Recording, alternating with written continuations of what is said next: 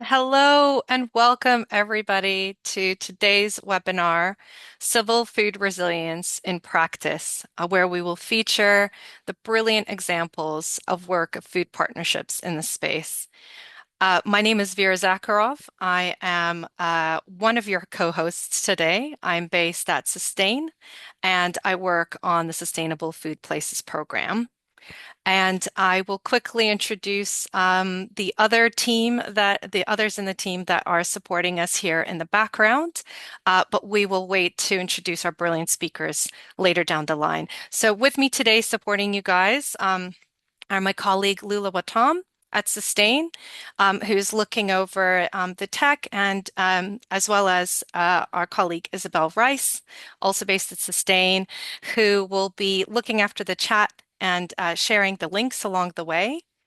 And I want to begin by reminding everybody that all of our sharing and engagement spaces at Sustainable Food Places and Sustain are inclusive and respectful spaces. We are deeply committed to inclusion, diversity, and representation. I want to take a moment to remind everybody that we want to be inclusive and respectful.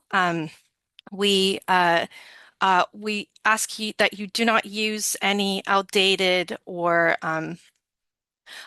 disrespectful language in the chat, and that you just always start from a place of respect and trust. Um, if there's anything the matter, if anything goes wrong, or if there's anything you want to raise, please contact us as the co-hosts. You can reach out to Lula and Isabel, and that includes if you have any access issues. Just a reminder, the session today is being recorded. We ask that you do not use AI tools and companions to record. We will be sharing all presentations, of course, today's recording, as well as some of the kind of key insights in the chat. And we will also be sharing the Q&A afterwards, so don't worry about missing out. Um, I I will start the presentation now, and you will see the agenda, and we'll get going. If you have any questions at all, please put them in the chat, but don't forget to use the Q&A function to ask questions of the speakers.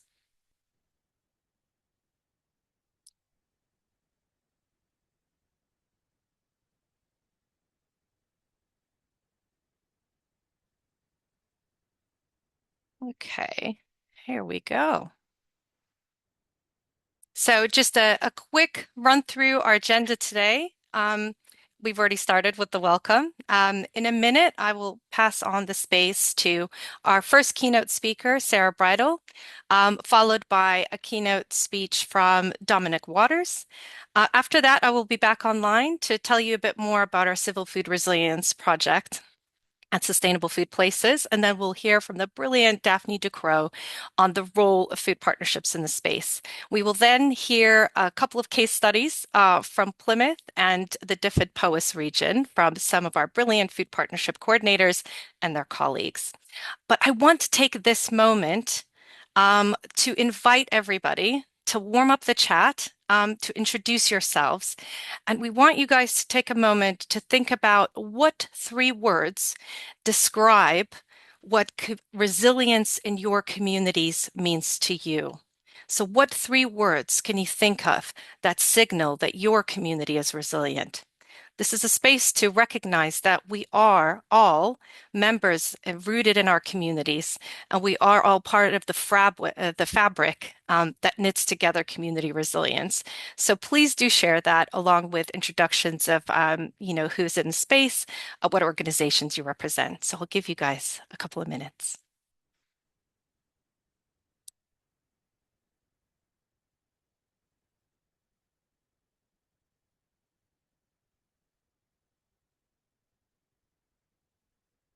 And just an invitation, Isabel, as you're looking after the chat, would you like to share some of the words that are coming up as people are sharing them? Thank you. Yeah, we've got a few things coming in. I can see from Donna, we've got love, support, and collaboration.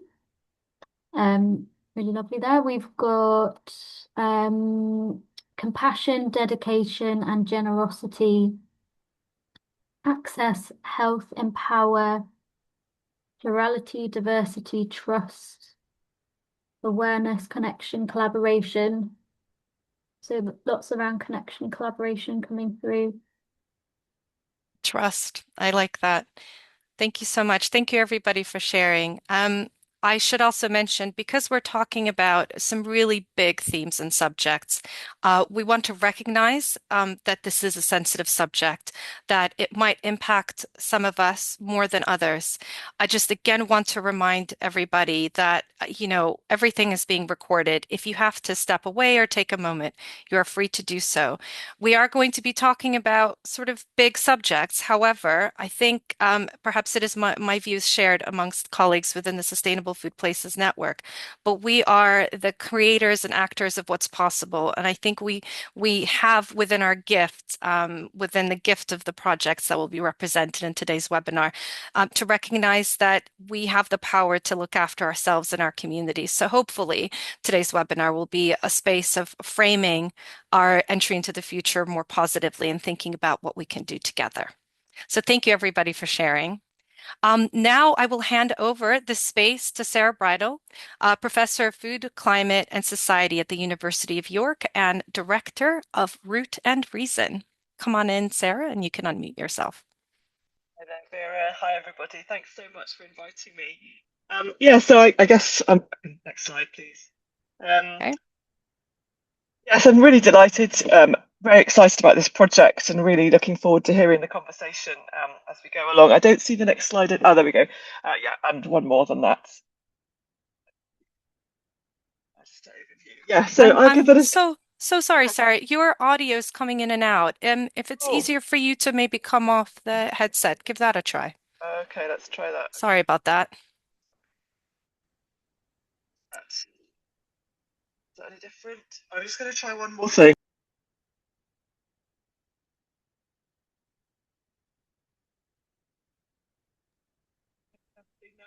That's It's still a little bit tricky. I'm sorry. weird. Apologies. Okay. I think it was much clearer without your headset when you first Anyway, joined. thanks, Lula. Sorry about that, Sarah. We're trying to use headsets in order to sort of improve the sound, but sometimes it depends on the headset. Apologies, Sarah. Didn't want you to launch in without sort of Oh, checking. thank you. Is this Of any course, different? it's better now. Yes. Okay, I'll just speak very clearly and thank you. So I'll just talk a bit about the current UK context and things that are happening in the UK that might make us more concerned and wanting to put more energy into improving our communities. And then I'll talk about two studies that we did between academia, but also bringing in food system stakeholders across the system. And finally, Okay. a bit about our game. So next slide, please. Okay, great. There we go.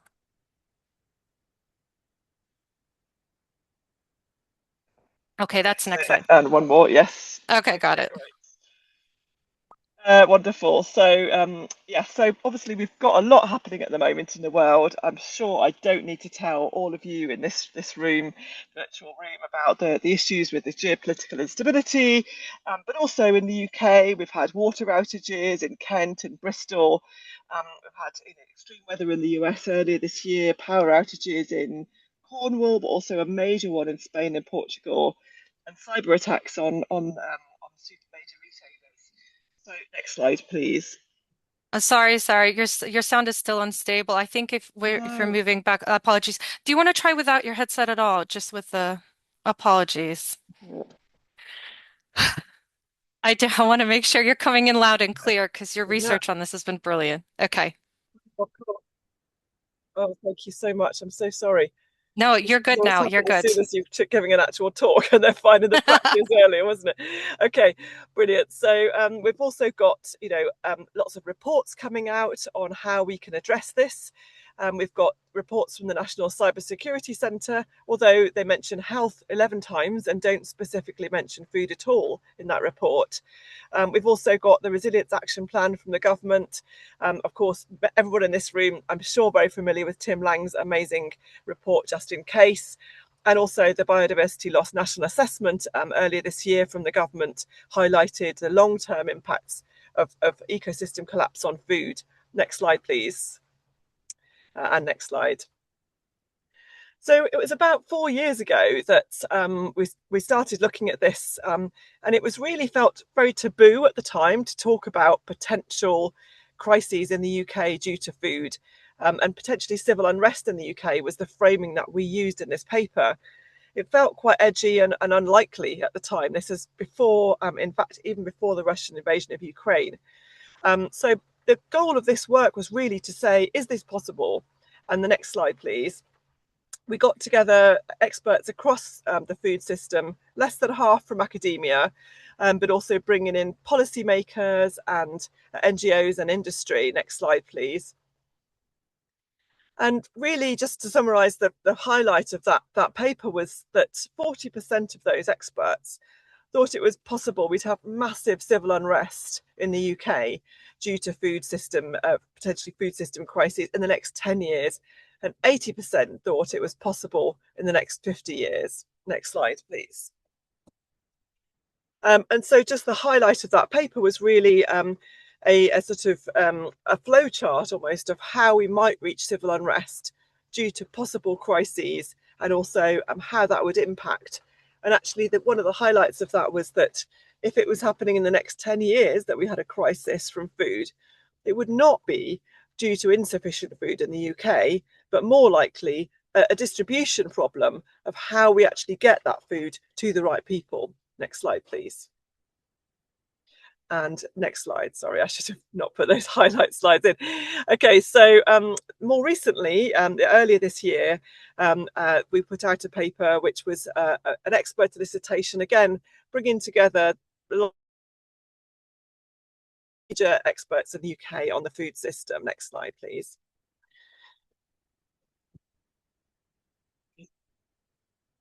And what we found was that there was different routes to potential crises that really brought together existing chronic issues to do with environmental and climate issues, but also society-related issues. Next slide, please. And so this is a zoom out of that diagram, lots of detail there. We're just going to highlight two things on that. Next slide, please. And so if next slide, we zoom in on the climate-related issues.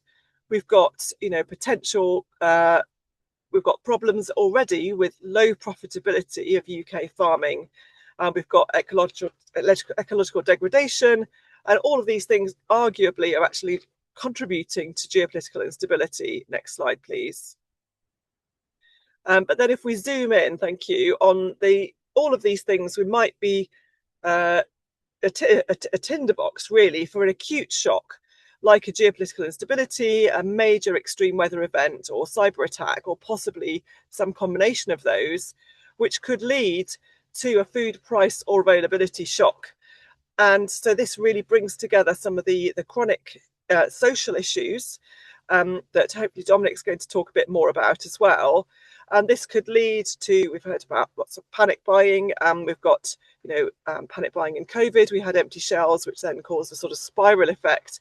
But of course, it's the poor that are going to be disproportionately impacted by these issues, which is going to, got lack of access to nutritious food, hunger and despair, which is going to also give a leg up to the black market in stolen food, crime and violence to obtain food. And that could combine with poor messaging from the media, government, and lack of trust in government could also contribute to food crises. Next slide, please.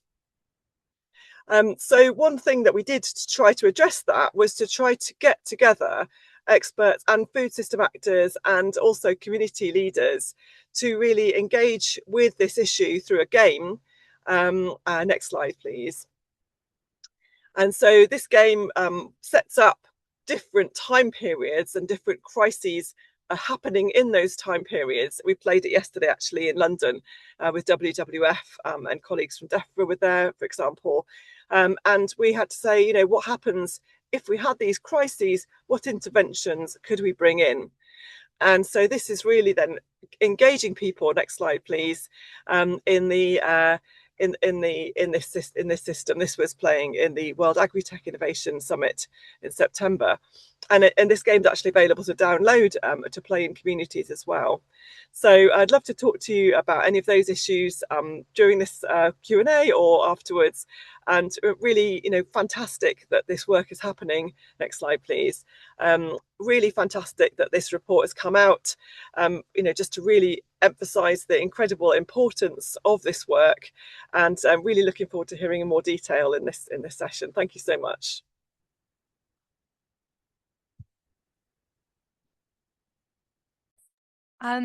Dominic Watters will be our next keynote speaker.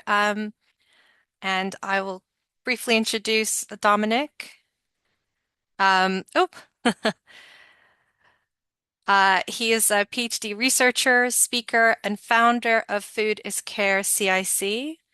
And Dominic, if you're in the space with us, hopefully he's joined via the speaker link, but if not, Lula, I don't know if you can check really quickly He if he's in this. he was just here and he's Okay. disappeared.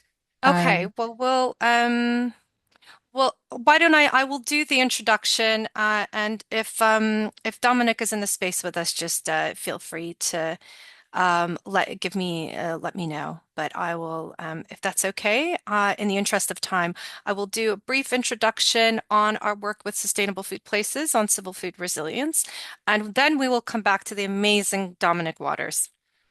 So if you guys don't mind, a little change in the order. Um, so um, yeah, so I'll start out just by saying a little bit about the Sustainable Food Places program and network.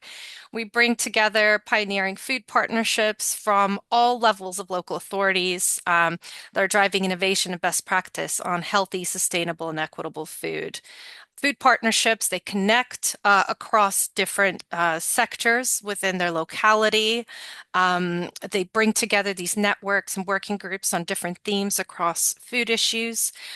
They work to co-develop strategy and action place and really set the vision for food and their place of how food is a defining characteristic of their local area, but also as a driver of change across societal and environmental issues.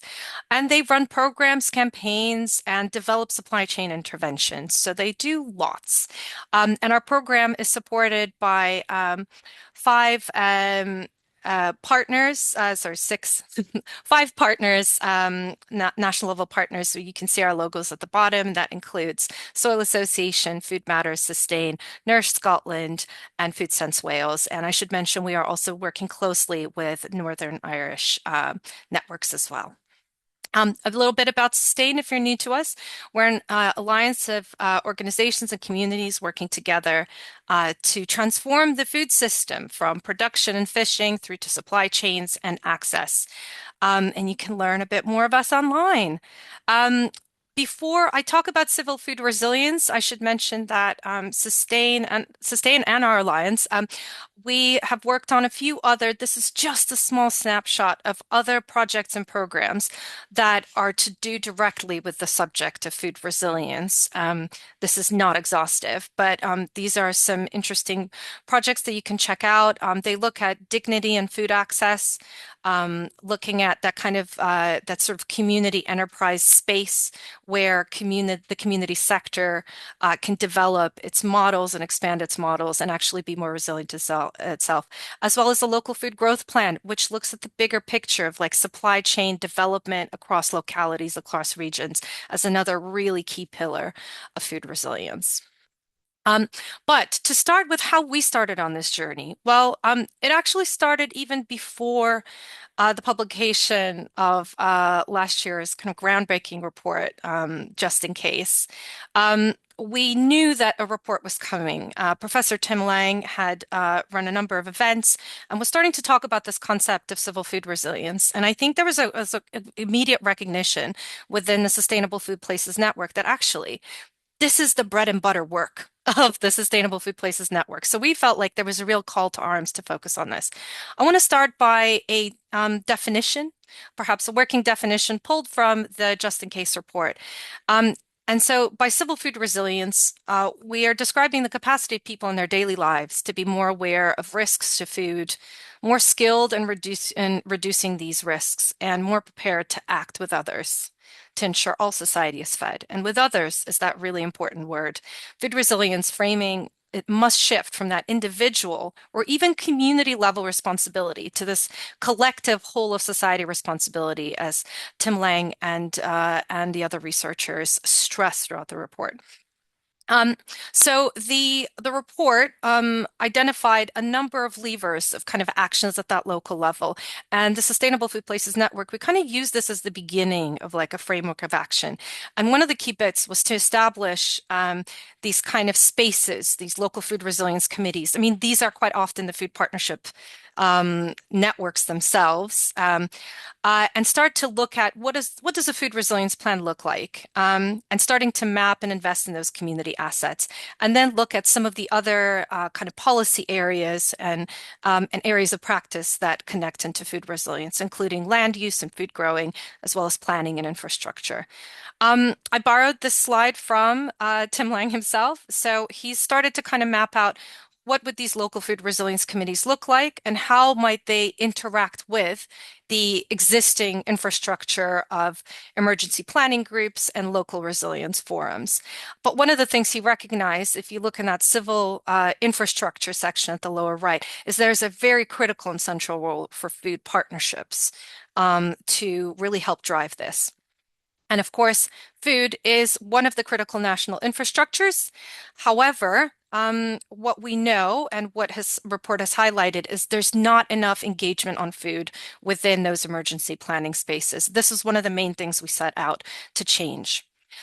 So our framing of food resilience, we always, as Sustainable Food Places, as Sustain, and our colleagues working in the space, we always look at those upstream solutions.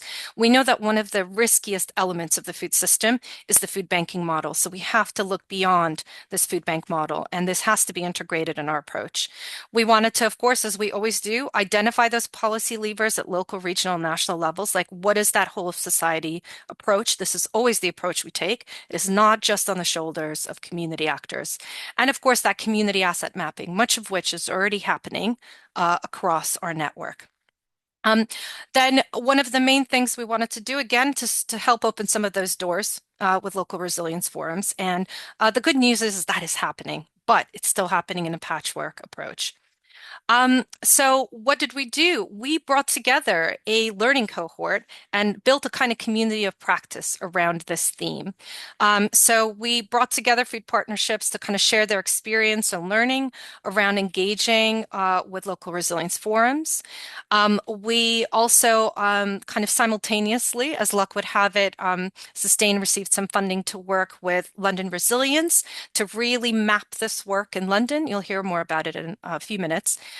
And one of the big things that we did was we put together this report, which I think links are flying around now, hopefully, but the report is now out there in the world, called Civil Food Resilience in Practice. So it goes into detail of the work that we did, the challenges and barriers that we identified, and of course, the brilliant case studies and that kind of framework of roles and responsibilities at different levels. And there are a number of different approaches that food partnerships are taking. I know Daphne will talk a little bit more in a few minutes about that, but what this shows is that our network is actively stepping up to this challenge. Some insights. See, these are some of the barriers and their related potent levers.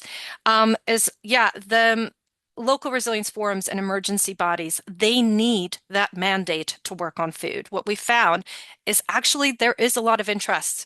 And where the interest isn't there, it's only because their work is shaped by kind of directives from government. So we need that kind of, in fact, I would feel our sectors are really aligned in this. Is we want to focus on food. We just need the kind of resource and mandate to do it. The other barrier is food partnerships. I mean, I hate to say this. It's different in every local authorities, but sometimes it is difficult to get that recognition that food partnerships deserve as the movers and shakers in this space and the resourcing that has to come with it. I know this landscape is changing, but there's still many that do not focus on food and food systems that don't know about the work of food partnerships. However, as a network, we can continue advocating that this should be the standard in every local authority, and that emergency planning leads should really take notice of the work we're doing. Some other levers, procurement, the kind of issues around, resourcing, but also the real opportunity to use procurement as a driver for building civil food resilience and supply chain robustness. As well as loss of local and regional infrastructure. I mean, Tim Lang would say this, we need the storage space and we need it in the here and now to deliver the work we do, and we need it in times of crisis. Others, again, on that kind of supply chain engagement, bringing some of the kind of traditional food supply actors into the space. And as I mentioned before, those chronic disparities in food equity. So is really making sure that there is a real commitment and resourcing towards access, affordability, and dignity. And of course, asset mapping. But luckily, much of this is already happening within the Sustainable Food Places Network. So what next? We'll talk about it some more, but we are going to continue on this work. The momentum has already started. It's only building. We will be focusing on what communications for food resilience looks like. This seems to be a real important area that our networks are requesting. And we'll be developing briefings and building on our policy and engagement work in this space. So over to Daphne Ducrot, Director of Shropshire Good Food Partnership and one of our leading voices in civil food resilience. So Daphne, if you want to come in. Thanks very much, Vera. If you would please, ping me with the next slide. That's great. What I wanted to share was a little bit about the food partnerships that participated, some of whom are in the room with us today, who you'll hear from, others who couldn't be here. But I just wanted to highlight some of the amazing work going on. As Vera said, food partnerships are taking different approaches, and that's a really unique feature because we can respond and be bespoke to place and respond to the unique characteristics of what's active or what needs doing in our areas. Birmingham, for example, has been working with procurement and trying to map the local council space, which is massively sprawling and complex in Birmingham, as you can imagine, with the help of researcher Kelly Parsons, to figure out where food touches and can be activated within the council sphere. And they have an active food justice network that they've been activating and that they worked with throughout the pandemic. Brighton and Sussex, they've developed a civil food resilience report, which speaks of local challenges, good practice, and recommendations for their council. So that speaks to the different pieces of the system in a really accessible and approachable way to begin working with communities, councils, and bringing the different roles together. Lincolnshire has an interesting opportunity to work with their local resilience forum. This is one of the few examples where the LRF has recognized the need for having a food person within the resilience response team and a community engagement officer. So the food partnership has been working with them, and that really successfully pulled off a food and resilience summit recently, which I think is like in Wales and the Dyfed Powys approach, a really valuable part of the conversation. Chloe Macefield will talk to you about that soon. And in Monmouthshire, they've been unlocking how to get local food on the plates of local people, particularly in schools. So there was the Welsh Veg in Schools initiative, which I'm sure we'll get a link in the chat about, but how to get really hyper-local, small-scale infrastructure so that local food can be washed, can be packaged, can be used in procurement scenarios. And of course, Monmouth is their food partnership is embedded within their council. So that gives them some interesting opportunities as well for council engagement. If I could get the next slide, please, Vera. Thank you. Bristol has, as always, been held up as a beacon of its proactive work. It has taken a lot of lessons from the pandemic. I'll take a moment just here as my privilege as a speaker to stress that we've had the pandemic, but it isn't our only crisis. We've also had a series of other crises. So there are opportunities to learn and process these things as they're happening. What they've done is, of course, they've learned from that, and they have developed a food and disaster risk planning project with academic institutions and their councils.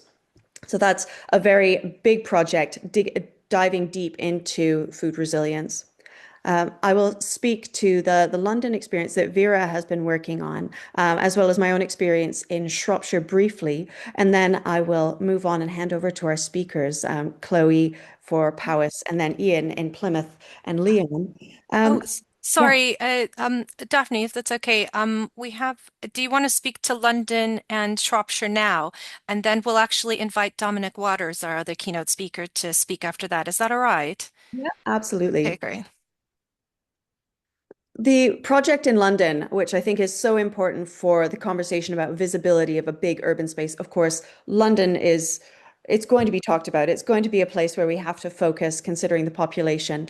What Vera and the team at Sustain led with was how do we map food assets? How do we get an understanding of what food assets are? So, for example, what they worked with was charitable organizations that would identify and institutions and venues that would identify as places that would respond to crisis and how they would do that. And they would self-select to register to be a part of this map so that we know who's who, who's doing what, and how we would mobilize in a crisis situation. And they looked across all of London at the borough level and also individual organizations. So this was a big part of communication and bringing multiple and different stakeholders into the conversation that is very uncomfortable about food resilience and how we would mobilize that. So there is a platform that they have been developing so that they'll be able to utilize that, and hopefully that gets shared more broadly. Vera, you'll be able to give us more detail on that later, I'm sure,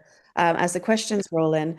But that's a sort of first approach to how we would log all of these initiatives. So that was just one approach to how we manage food systems resilience within that case study. Cool. And of course, taking a completely different approach in terms of size, where I lead the food partnership in Shropshire, we've had a very different experience with our rural context. So Shropshire's county level council is in a financial difficulty and hasn't been able to really engage as much as they would hope with food resilience. One of the struggles that we also have is that our local resilience forum doesn't yet see food. They are waiting for directives from DEFRA on whether to engage with that. So in a sense, an observation that we have is that councils are waiting for permission, in a sense, to engage with food or direction and how to do that. So as food partnerships, we can engage with that. But we have found that at the county council level, they're not able to. So what we've decided to do is approach the town and parish council level, which is a lot more legwork in certain senses because we have 220 town and parish councils. But we've been working with we're not hanging out with all of them quite yet, but we're building momentum. We're sort of trying to light it up like a switchboard of activity and to speak to certain pilot locations. And we'll be getting funding through the Climate Lottery project to develop that with our partners from the marches. But we are going to be working with individual town and parish councils, Shrewsbury for visibility, and a few others in the north and south of the county to really understand what is our local risk profile, speaking to community members, backcasting, and understanding assets and gaps and food flows. Then building up a network. And now this is where the absence of our resilience team and food as a piece of the LRF is missed. But what we can do is create almost a parallel network of food partnership members and organizations that we can work with so that we can have those conversations in advance and have roles, responsibilities, and a bit of line of sight into how we would engage proactively to address food systems capacity building, but also to make plans and strategies to engage with potential crises and also response plans so that we can be boots on the ground when things happen. That capacity building is a really interesting part in a rural county because our context, let's see, are we able to see me? Sorry, I'm just going to chop my video there. It seemed like everything stopped. Capacity building has been really central to the work that we've been doing. We've been doing a pilot project in Telford and Wrekin, for example, called Feeding Resilience, and a number of other initiatives that bring in skills, upskilling for confidence, growing spaces, and getting people feeling like they have the tools to engage with growing, cooking, seed saving, compost making, and even shopping, which we've had a lot of feedback on that people really need some handholding when they go to do a grocery shop because that's a skill that they may not have. We've been working as well, as I mentioned, with our partners across the marches. So that's Herefordshire, Monmouthshire, and Powys, to take on a bit of a bioregional approach.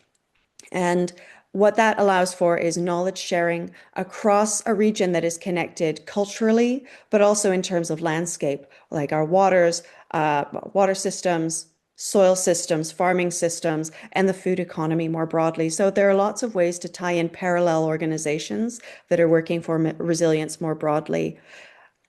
And I think I would be remiss talking about this without saying that we need to acknowledge food and farming from the perspective of our rural context.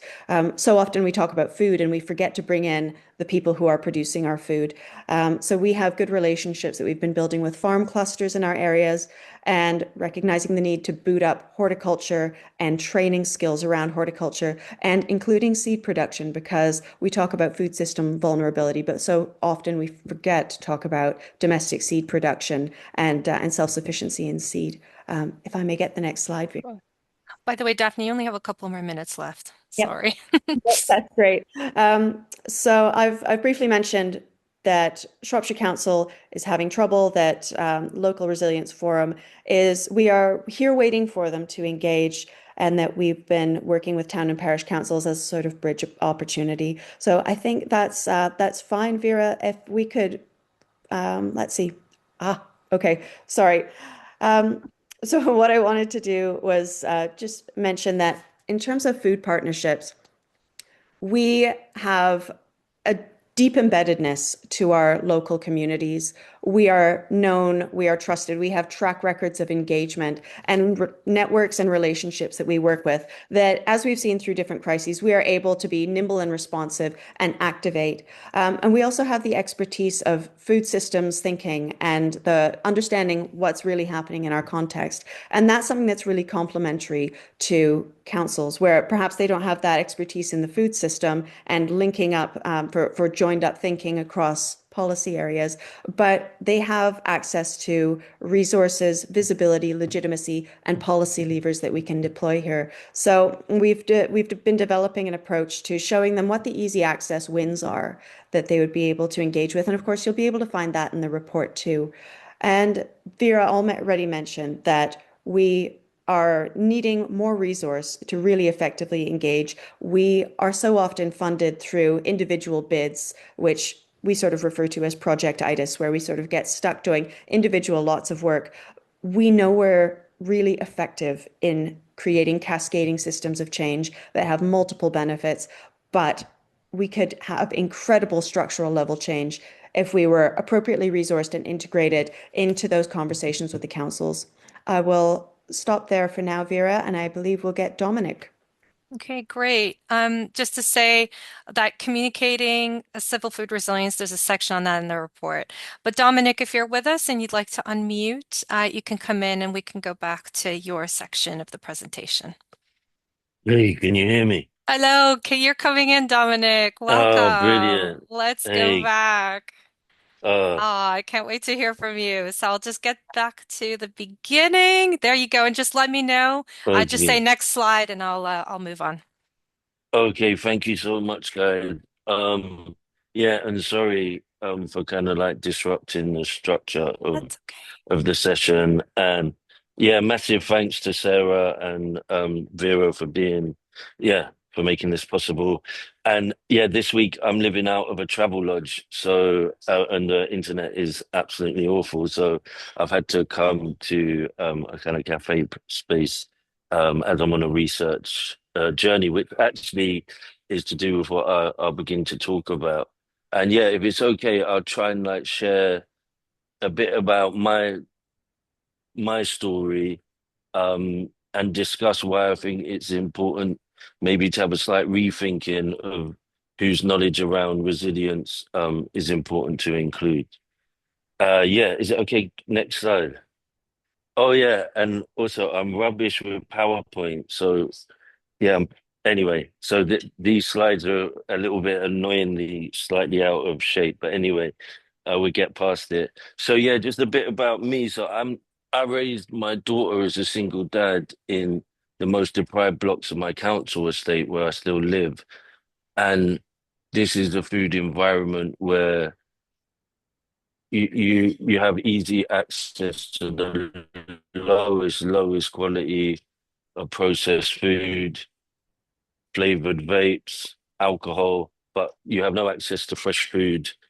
And also we run pay as you go and still are pay as you go gas and electric, where you can't even top up your electric while in the estate anymore. So that's a whole nother dynamic around, like I've even heard MPs say like you can feed your family on 30p a day.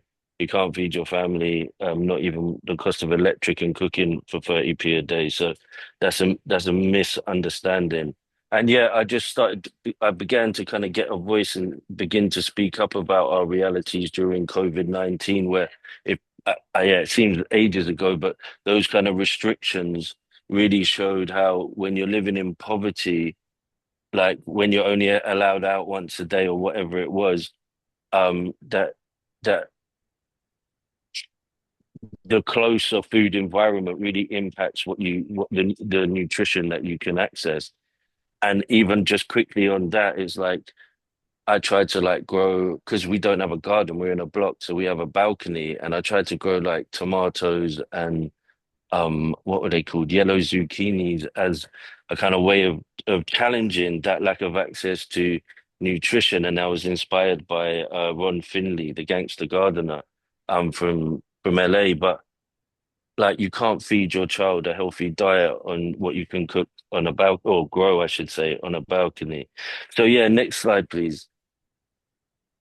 Yeah, that's me, that's where I live. And I guess I'm trying to show like I'm trying the difference between the kind of resilience that the poor and people living in neighborhoods and areas like mine have to demonstrate on a daily basis.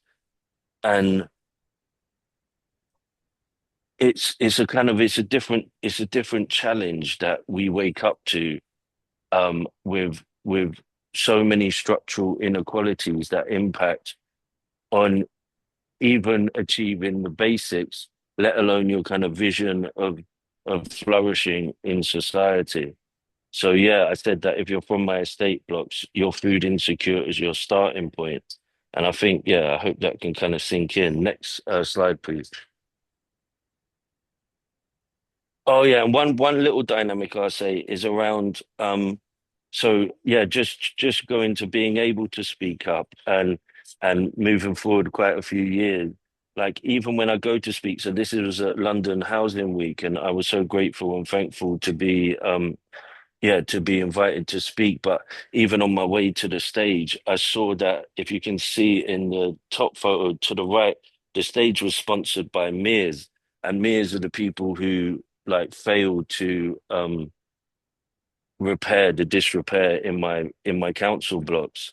So as I'm even walking to the stage, I'm thinking like I want to be invited back next year. I also want to be paid for speaking. So I don't want to have it where I can be too critical of the people that are sponsoring the event. So I share that just to say that when you're coming from that sort of poverty, there sometimes there's a silencing and a way where you get restricted in what you say, or different considerations to it. Next slide, please. Oh yeah, this was just a Oxford Farming Conference, and I'm just yeah. I'll just say that it really highlighted, it was great. It was the first time I ever met farmers, and it was great that, so if I say your name wrong, Daphne highlighted the importance of speaking to farmers because I saw how passionate, I'd never met a farmer before, and I was on the panel there and I saw how passionate they are when they heard about the lack of access my community has to fresh food, and the produce that they grow and that they want to make that connection. And since then, they've been one of the biggest supportive groups, and I've spoken outside Number 10 at their protests and rallies. But yeah, at Oxford University, I just saw how at the dinner, like I didn't know what knife or fork to use because there were so many, and like the dessert, no, the starter, sorry, looked more like a dessert to me, and I just saw how there's like different experiences around food, different understandings, and how like we kind of are. It actually doesn't. I was meant to speak about how food connects people in maybe a more romanticized way, but I saw how actually it signifies deep disconnections. Next slide, please. Yeah. So yeah, I'll just quickly say, so with kind of trying to shift the agenda and having yeah, I'll just quickly say, I hope there's time, but like I was so grateful when I was like I began to get the confidence to speak up, and people, different news platforms from BBC Newsnight and Sky News and different places, Radio 4, they'd like ask me to speak about my lived experience of um, being a single dad, living on a council estate, lived the experience of food poverty. And I'd be sitting there and I'd be so grateful to like be heard, but I'd I'd be considering that this isn't my lived experience. This is very much something I'm living. So from that idea, I developed from lived experience, I developed the concept of living experience that really stresses these inequalities aren't retrospective. They're not a thing of the past, and that a lot of communities, these inequalities are very much alive. Next slide, please. You've got about 2 minutes left, Dominic, if that's all right. Thank you so much. Yeah, one thing with kind of challenging this who gets heard and whose knowledge is valued. And yeah, I don't want to be, I hope you're not getting the too raw and uncut version of me, but um, there's it feels like often there can be academics and policy people that will define the marginalization and inequalities we experience. So when I say that, I was thinking of how best we can take ownership and help inform, work together to inform understanding and awareness around what food insecurity actually looks like. And thanks to the Food Foundation, last year they invited me to kind of take photos that define my food environment. From there, I've developed a kind of redefinition of visual 4 pillars of food insecurity, which is even developing further now. And yeah, it's I speak to kind of how one, like the lack of inclusion of food is intentional to represent the scarcity that there is, but also the kind of combined structural um challenges that we face. Next slide, please. You've got about 1 minute left. Sorry for the interruption. Perfect. No, it's brilliant. Yeah, I think there's disproportionate expectations around resilience, as hopefully I've pointed to deeply. Yeah, I think it's been said that there's going to be a 10% increase of food across the board by Christmas, and who's that going to impact the most? Um, but so I'll just say, so through my speaking up and stuff, I'm now doing my PhD, and I I hold it sacred that I can kind of be a vehicle to have my neighbors and my people like my neighbors across the country heard. So where I am now, I'm actually in Lincoln. So I'm interviewing my neighbors around their experiences and challenges of food crisis, of fuel poverty, of resilience. And I actually show them the 4 photos with no description. And it's a definition that instead of kind of traveling from policy down to us, to speak loosely, it's developed from the actual communities where these challenges are faced most harshly. And the responses I get to the photos automatically kind of break down a power dynamic. Next slide, please, because I know I've got to be super, super quick. I think it's the lot. Next slide, please. That was me at the House of Lords, by the way. They did a report and they quoted me 5 times. So small victories. But yeah, just quickly, I guess. Yeah, so I'm here. I'm in Lincoln, and I travelled to a council. I was in the council estate all yesterday, beginning building relationships and speaking to people that are and communities that are frequently spoken about, but less often heard from directly. So I'm kind of trying to disrupt that. And I'll just say, yeah, hopefully a thought to leave on, and sorry if this has been a bit disjointed, but. So in my estate, and I shared this at the APP. No, I shared this to Jamie Oliver. Sorry, first time I was at the Minister for Public Health wanted to put me and him in a room together because I hope it's okay. She said she's a fan of my work and wanted me to have that influence. And I said that in my estate, like you can get blueberry vapes, but you can't get a punnet of blueberries. And that seemed to resonate. And since then, it's been repeated, I think, by different NGOs and different people that are invested in food system and resilience development. But it's often not accredited or recognized where that insight comes from. It might be not accredited to me. And I just say, and I understand there's different ways of thinking around this, but when your insight is developed from the actual pain of going through that living experience and inequality, having a lack of recognition around where that comes from, I would suggest is ethically problematic. So moving forward, I think it'd be great. And I'm just end by saying me and Sarah have some really exciting work together that I'm hoping, and other work I'm doing as part of my PhD at the University of Southampton, that can kind of create a new framework of understanding around resilience building and connection with community. Thank you so much.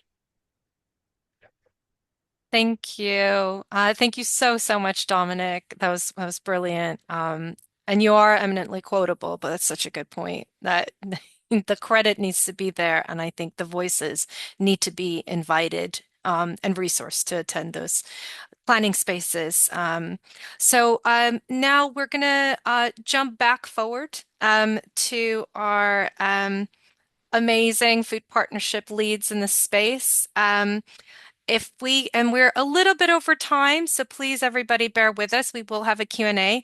But Ian and Leo, if you can come in, we're going to hear from Ian Smith, the founder of Food Plymouth, one of our leading food partnerships in our network, and Leo Leong, he's the founder of Unlocking Abilities Together, who's been working very closely with Food Plymouth. So if you guys would like to come in and tell us about your story in Plymouth. Great. Yeah, thank you, Vera, and thanks, everyone. That was tremendous. It's great to be here with you all. I'll preface this by saying that really the work in Plymouth is very much an emerging piece and it's a work in progress. So if you can I'm click so on, sorry, Ian. Your sound is a little bit patchy as well. Do you know if that's your headset or I don't, it was fine on the test, wasn't it? do you How's want to that try now? without it? Sorry. How's that? It's better. Yeah, okay, let's go with that then if it's better. So let's go with that then. So I am in a public space or semi-public, so if you get any noise, you get some noise. So yeah, on to the next slide, please, if you will. Thank you. So give you a bit of context first. So here in Plymouth, we're on the western approaches of the English Channel. And if I was a little bit higher in this building, I'd be able to see out to the Eddystone Light here. We are a major fishing port, and that's very germane to the work we're doing, particularly the work we're doing with the Plymouth Fish Finger out of the Food Sequel project, Food Systems Equality, which is UKRI funded. Got colleagues on the call from there, which is great. And where we're doing the Plymouth Fish Finger using species of fish that might otherwise be wasted. So we end up with a short local supply chain and better use of the resource. So, and there's some of that in the case study. So please have a look at that, and we'll answer any other questions you've got on that. Here we're in it is a university city. I'm in one of the 3 universities in the city at the moment, from the University of Plymouth, where I'm doing an event here. We have a nuclear Royal Naval dockyard at Devonport. Now that has been rather run down, but is being rapidly revitalised in the face of global situations that have been touched on elsewhere in this piece. We've always been a military base here: Royal Navy, Royal Marines, British Army, still all here, and formerly we had the Royal Air Force as well, with seaplane base here. We were very heavily bombed here during World War II, and we're still coming across unexploded ordnance. There was only another bomb found last week that led to a major evacuation and a controlled explosion. So I think that's a piece we need to be very aware of in this space around civil food resilience. When you displace numerous thousand people, how do you feed them? It's something I think we need to put a little bit more effort into. We have here also, going back into history, the Mayflower Steps, where the Pilgrim Fathers left from to colonize America. And as we know, that didn't go entirely well for the people that were there, with everything that followed. Also here, we have really transatlantic slave traders, really, the privateers, which was state-sponsored piracy effectively in the Elizabethan era, with Drake, Hawkins and Raleigh, and I'm surrounded with Drake places around here now where I am. And I think we need to do something about that, not to whitewash it, not to airbrush it, but to acknowledge it and work with it more constructively. And I think there's a job to do there. Here in the city of Plymouth, we're still 90% white, British and Irish. There's significant disadvantage, deprivation and poverty, big Brexit leave vote, and a big swing to reform in the recent elections. We're also a Home Office dispersal area for refugees and asylum seekers. Right, if we skip on to the next one, please. For the next slide. Lovely, thank you. So we've talked and we've heard in this about the COVID-19 pandemic response and the other shocks which have come and will come. And I think there is a lot that we need to engage with on that. I was saying only yesterday to the Plymouth Food Access Network that moving more into the national food security space for them could be a good way to go. We're seeing the impacts of leaving the European Union in terms of food supply. And we've engaged a lot around the sustainable food places work in this space, particularly with what's become the fair food dimension of it, and Leo will speak about that in a minute. We did respond to the race riots from August 2024, and we engaged with locality, and locality engaged with us. That's the National VCSE Infrastructure Organisation, and I think they've got a lot to bring to this space as well. And also with the Devon Cornwall Isles of Scilly DCIOS Local Resilience Forum, the LRF, and I know Becky Maynard's on the call, and Becky was very helpful in engaging in that, and there's an ongoing conversation going on there, and I think a realisation that the national food security is a looming issue that we need to engage with. So again, I think Daphne brought that point out well in the previous conversation, but I'm seeing that Plymouth City Council, particularly Public Health team, is starting to engage in the national food security side of things, and that's very good. And there's also a citizen movement going on out of the national emergency briefing and the film that goes with that. And we've got colleagues on the call there, and we're engaging with them on that. And I think that citizen movement will be very good and is well worth pursuing. Sorry, Ian, just to let you know, you have about 5 minutes left. Yes, thank you. So there's a lot going on here with Flag Nation and Flag Force, and we're trying to fight back against that with Stand Up to Racism. massive investment in defence and preparedness for war coming, our 40-year programme on that, and a surge in defence-related growth is predicted. So there's a lot going on in the space, but I'll hand over to Leo to do his part. Well, thank you, Ian. And obviously, with civil resilience, it's not just sort of what we do, it's how we work. And in Plymouth, we're really focusing on how we're engaging with the different communities in light of the political issues we've had in the city. I thought a good way to contextualize it would be with how we are sort of positioning our projects would be through pillars of practice. So we're aiming to act consistently. That's not just in terms of our messaging, but also how we're working and the quality of service. And that's absolutely pivotal if we're looking to engage with communities across the political spectrum. Obviously, it's got to be sustainable. So that's both in light of organizational sustainability, but also sustainability in the wider food system. And finally, it's got to be scalable. So a lot of people talk about adaptability when it comes to civil resilience projects, but without sight of the wider context and the bigger picture, we're really missing a point in creating long-lasting cultural change. I'm going through this at a whistle-stop tour because I'm relatively conscious of time. So next slide, please. Next slide. Yeah, perfect, thank you. As part of our community food researcher sort of initiative through Food Sequel, we came up with 4 themes. So that was knowledge, inclusivity, relationships, and power.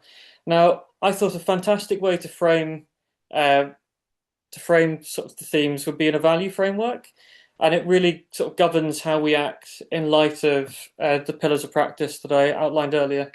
I'll go through the different sort of values now. So knowledge, that encapsulates open curiosity and being open to conversations regardless of sort of who we're engaging with, and it's a fantastic way to build trust in communities. Inclusivity, so that's ensuring that our processes are open to all and accessible, and it really encapsulates the fair food work that we worked on with the SFP network. Next is relationships. So the community researchers were really keen to talk about sort of meeting people where they are, and it's a fantastic way to frame building real authentic relationships with our target audiences, and it's a really nice way to frame civil resilience work and build that resilience in an authentic way in the communities that need it.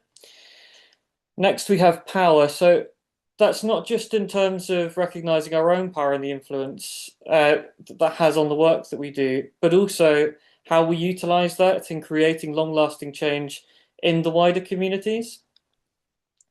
And we originally had advocacy as part of power, but it really is a standalone value. It's to act as a voice for people who don't have a voice, but also a bridge for people who haven't previously engaged with the food system. There's a lot of jargon and a big learning curve when it comes to sort of engaging with food partnerships. And I don't come from a food system background myself. I come from sort of a HR and legal setting, and it was a lot for me to learn. Uh, and it can be a real struggle when you start to engage with those networks. So we really felt that it was of value to have in our value framework. Sorry, Leo, just one minute left. Okay. And we're piloting this in the development of our Food Sequel work. So next slide, please.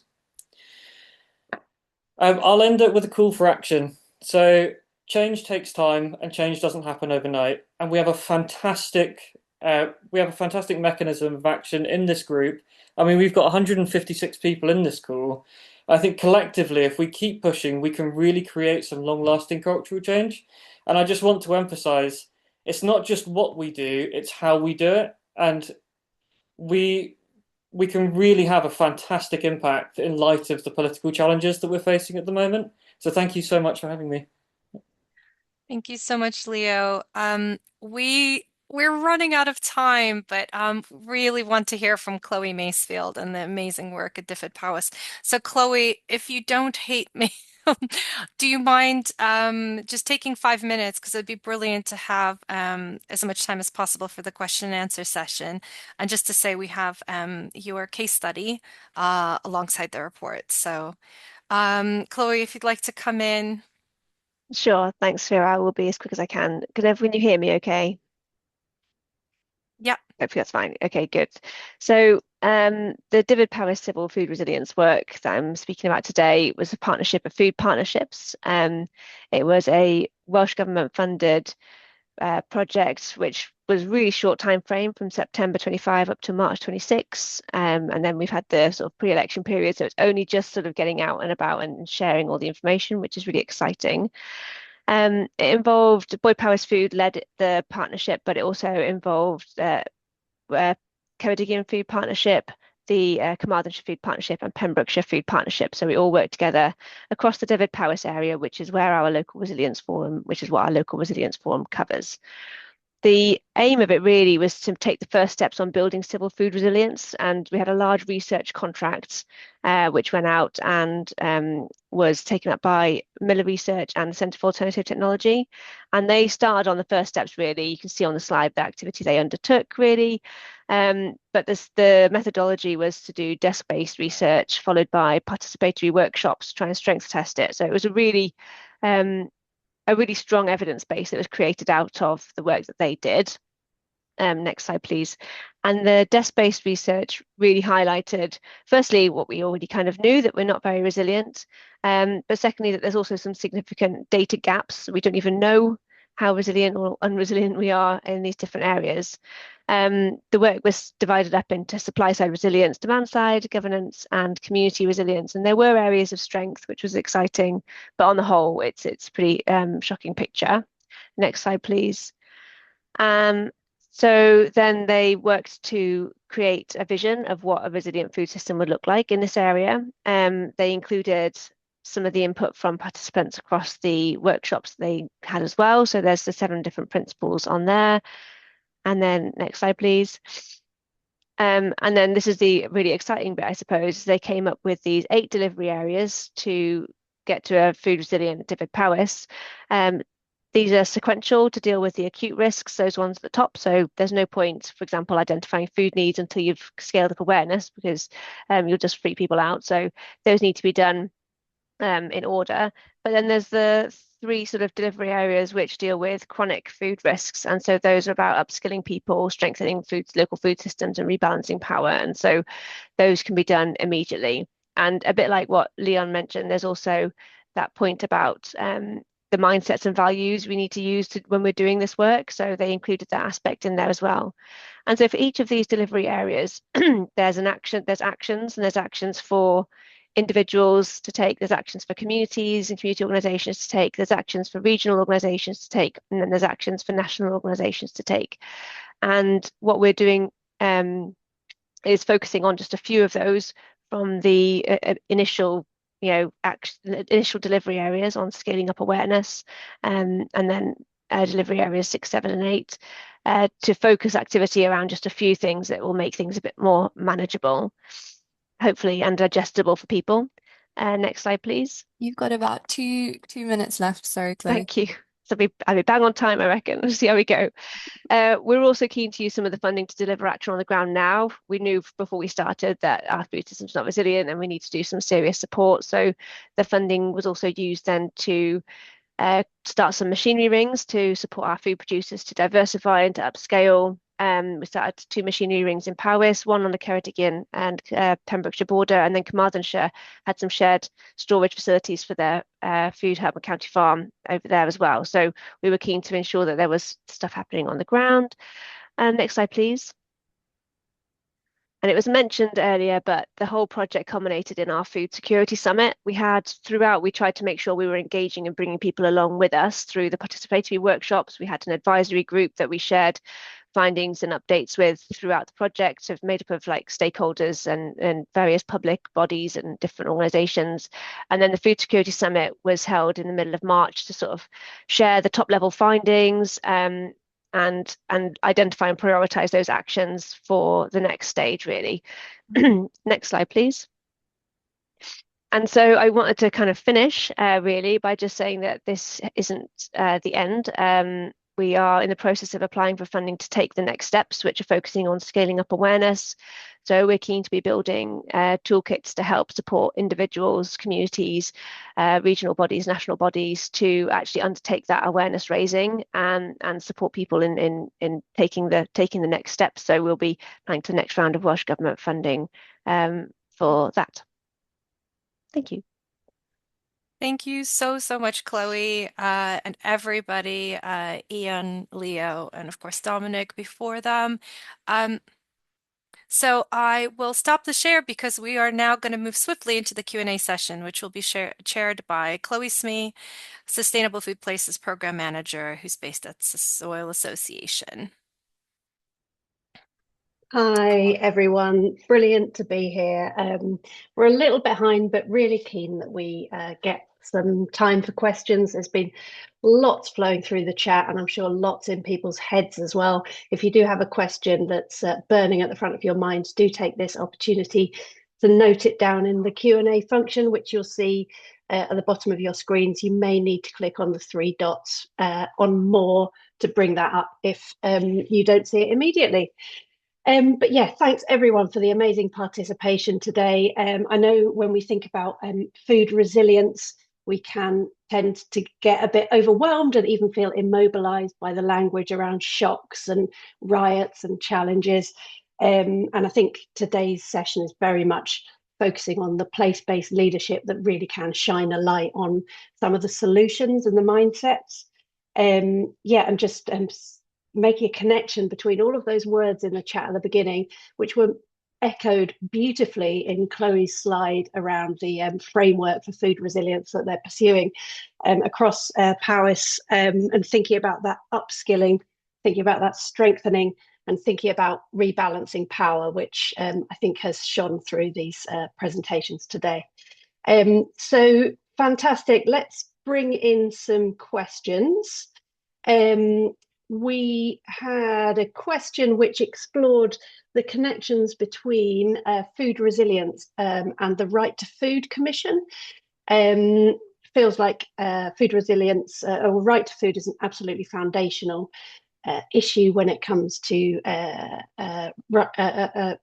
food resilience. But yeah, wanted to put that specifically, thinking that Dominic and would have something to say in response to that. And in fact, one of the questions specifically referenced, they'd love to hear your point of view on the relationship between the Right to Food Commission and food resilience. And then I'll bring in Sarah. I know you spoke a bit about that in your report as well. So I was just unmuting. Can you hear me? Yep, loud and thank clear. you. Yeah, I guess this is recorded, so I don't know how much I should kind of say, but with the right to food, I welcome it, but I kind of have a disbelief around it. I don't know if that's the right word. I'm raw and uncut this morning, but I don't, I don't see how in a capitalist society there will be a right to food, and what communities like mine experience is quite the opposite. And the food that we do have a right to or even access to isn't nutritious. So I'm fully behind it, but I'm just to be like, what's the word? Like honest about it. Like I don't really see how that is being achieved. So yeah, I guess I'm left with more questions, even though, and I did say that to the guy who runs it. I think he's from Liverpool. I'll probably get in trouble, Liverpool or Manchester. His name was Ian. I said the same to him because raising my daughter in a council estate, we definitely didn't have a right to food. So like, yeah, I don't fully understand it, and I hope I'm not being maybe I've misunderstood it. Yeah, no, appreciate. We definitely want raw and uncut this morning, Dominic. Daphne, you just took your mic off. Were you going to come in there? I was just going to flag that we have a question that's come up a couple of times, specifically directed at Sarah, and why look at food security through the lens of civil unrest when there are so many different aspects of food inequality, poor public health, morbidity that obviously are important aspects as well. Yeah, it's a great question. It does seem to be a bit controversial. I mean, I'm going to give you the raw and uncut answer to that, which is that, I spent 20 years doing astrophysics, and 10 years ago I switched to work on food because I was worried about my kids and my future. And when I sat down 5 years ago to think, right, climate change isn't going to be fixed by us changing our diets in the near future. We're not going to solve climate change in time. What am I actually worried about? What keeps me awake at night? It's the thought that we're afraid to go out of our front doors because there's civil unrest outbreaking in the UK, and that's what keeps me awake at night. So that's the honest answer.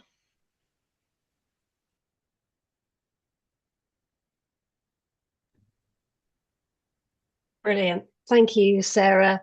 Yeah, and thanks for that in the chat as well. I guess a question for anyone in the panel who'd like to come in. Really great to have shine a light on these place-based solutions and on the living experience of food, the lack of resilience in our food system. Could you name one practical investment or policy change that each person on the panel would like to see to shift this agenda? Well, I think I got there first. Oh no, sorry, Dominic, do you want to go first? No, I feel bad now. I just wanted to give credit to Sarah because I think it's important credit where credit's due. And like I was involved in the solutions and pathways to food resilience study. And it was kind of the first time that like a voice like mine and the knowledge that I have, I was truly like welcomed as a kind of and I feel uncomfortable using it, but an expert in my own right. And I think that sort of collaboration of knowledge and different that doesn't like speak about but actually hears from and kind of creates those discussions and collaborative work is really important. So yeah, I just thought I'd highlight that. Sorry, so sorry, and I'll shut up. Can I link it to are you saying, Dominic, that perhaps, places should be investing in supporting people to be in those deliberation spaces? Because it might not be as simple as just inviting them, but actually investing in their time there and resourcing them. Would you say that could be your kind of call? I'm working on it. I'm figuring it out myself. So my PhD is literally, so it's different. Like I even have people from the media come to my councils, they believe it or not, from like Dutch national media and different people and how they interact with, how do I explain this? Like there's a power inequality there. So yeah, I'm just working towards my strengths, little me.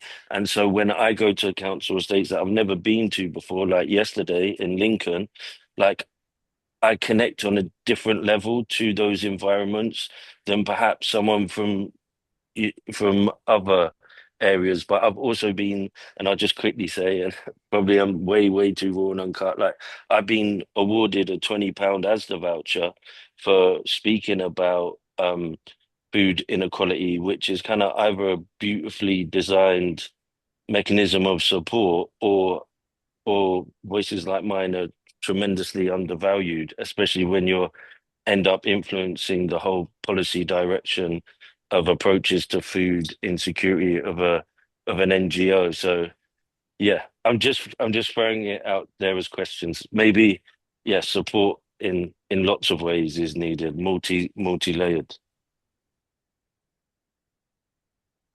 100%, yeah. And that question about how we remunerate and value the voices that are absolutely essential to designing those solutions is a really critical one for the network for sure.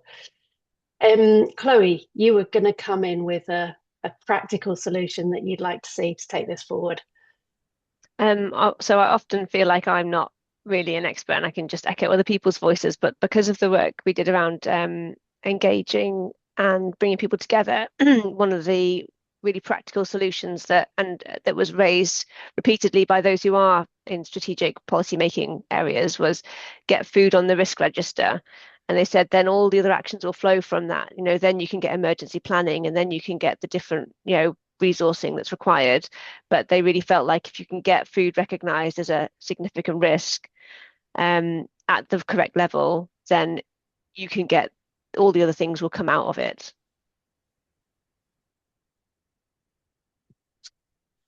Brilliant. Thank you. Yeah, getting that recognition and getting food represented adequately in those core statutory frameworks as an opening for some of that investment and some of that action and that attention at government, local and national government level. Anyone else on the panel want to come in with some of those kind of critical practical actions that you'd love to advocate for today? Sarah? Yeah, I don't want to turn this into a competition for who feels newest to this area, but I just feel like, having come from astrophysics into food and sat in rooms where people look at me like I'm a complete nutcase for switching area and moving into food crises in the last 5 years, my experience is very much that this is a new and this is the kind of thing that you feel like when you're in a new and emerging area. Food crisis in the UK is a new and emerging area. So the majority of people in this field will be coming from somewhere else. And so if you're sitting here today feeling like you've come from somewhere else, and I'm just picking on what you said, Chloe, it's coming new to something. This is what happens when you have a very sharply emerging new field of research and new field of action. So I'm just trying to validate that is a sensible thing to be feeling, and it's fine. And I just sort of echo what Dominic said, that one of the main conclusions from our paper, I think instigated by some comments Dominic made, was a forum for diverse voices to be set up to address this. So I could sit here and spout things that were said in the report, and there's 50 prioritised actions that one can take on food community resilience and resilience more broadly. But actually, if we're not having that conversation with the right people in the room, then it might be rather an academic exercise. So I think that, what would those people do in this room, in this forum? I think it's really important to do some sort of, it's called wargaming, but, it's basically simulating and imagining that we're in the middle of a food crisis. What are we going to do? What crises are particularly a concern in this particular community? Maybe it's flooding in some communities, other problems in other communities. In an urban space, for example, if you can't get the food in. So sitting in that room and really discussing what is that going to be like if that happens, and what assets do we already have, and what things can we bring in to address that. So simulating that experience in a room together, I think is really crucial. It's going to be very context specific. Yeah, thank you. And no surprise that the most common word, I did a bit of a scan of all the words in the chat at the beginning, and the most common word was collaboration, which emphasizes the fact, we need experts from so many different fields in this room. We're talking about biodiversity loss, the economic resilience of producers and growers. We're talking about food insecurity. We need to bring in lots of different pockets of expertise, and there's an expertise in tying that relational network together as well.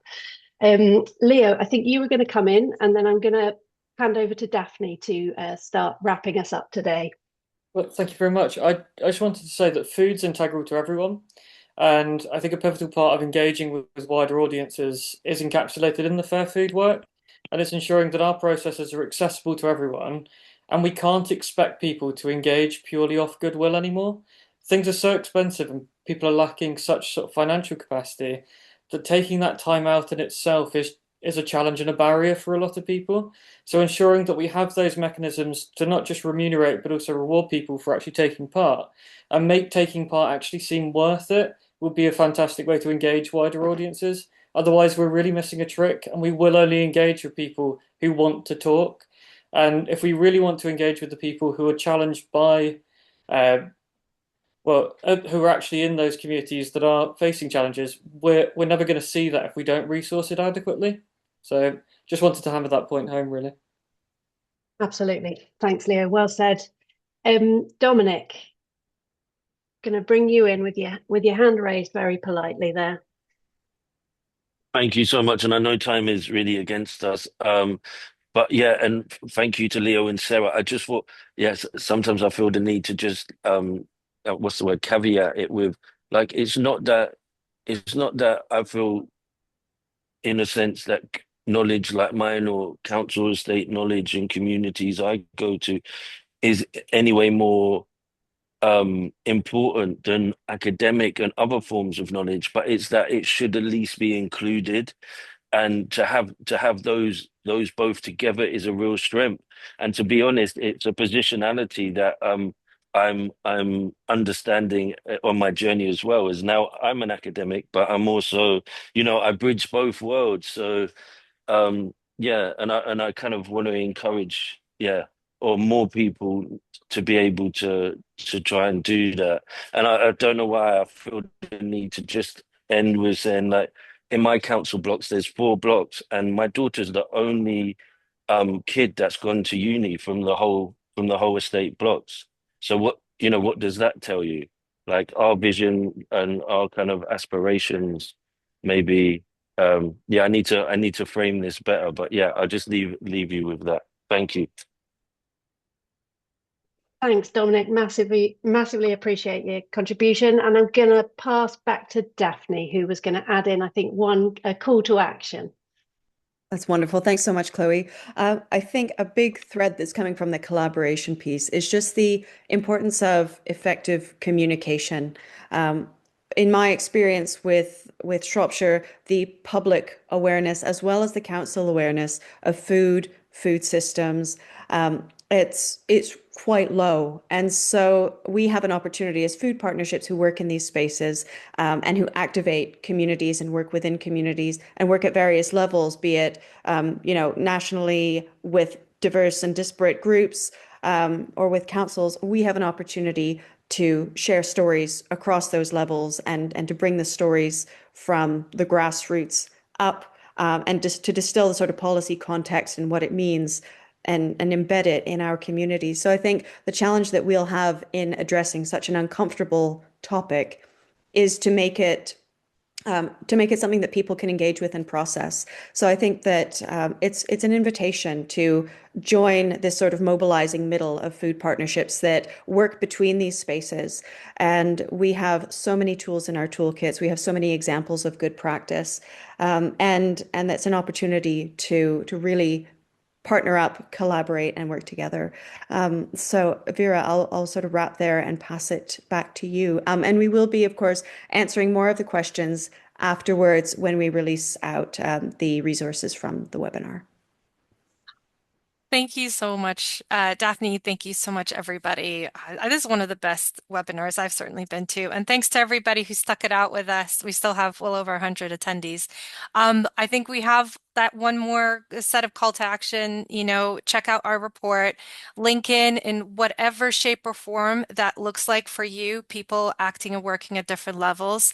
But we really want this to be a clarion call for better collaboration, particularly with our food system movers and shakers at every level, but also those emergency and planning leads and experts. We're really good at a lot, but we are not necessarily the experts in emergency preparation work in the way that it is needed now. So this is definitely the clarion call for the non-foodie folks to lean into these food spaces, because food is one of our most critical national infrastructures, and we should all care about it.